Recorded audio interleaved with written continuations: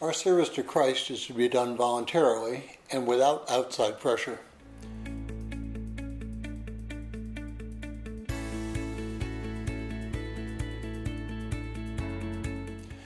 Well, if you're joining us in reading through the 60-day reading plan, today's reading is 1 Peter 5, verses 1 through 6, and I encourage you to read that passage.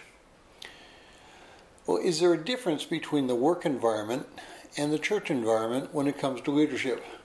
Do those who work in the secular world function differently than those who work in the church world? Now, if you're a believer, you have a responsibility to Christ. In the Great Commission, Matthew 28, 19 through 20, Christ gives you marching orders. We are to live our lives the way Christ designed it to. Our primary responsibility is to bring others to Christ and make them disciples.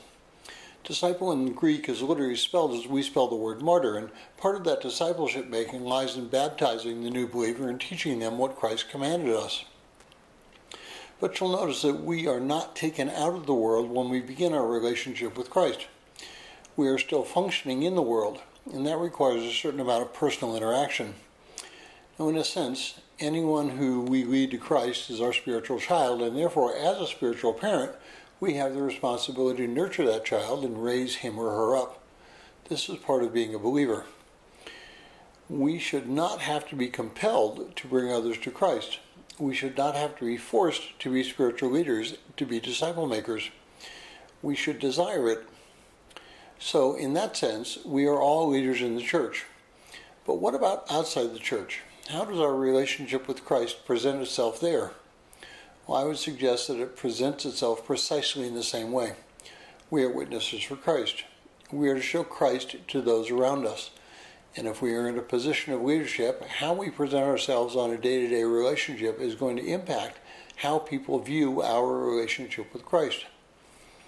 Now, when I was in the Army, there was a saying in our chapel, you have to be winsome to win some. That means you have to live your life in such a way that people would be drawn to Christ through you. Now, whether you're in a particular position of power or simply a disciple of Christ, how you present yourself will be how others see both Him and your relationship with Him.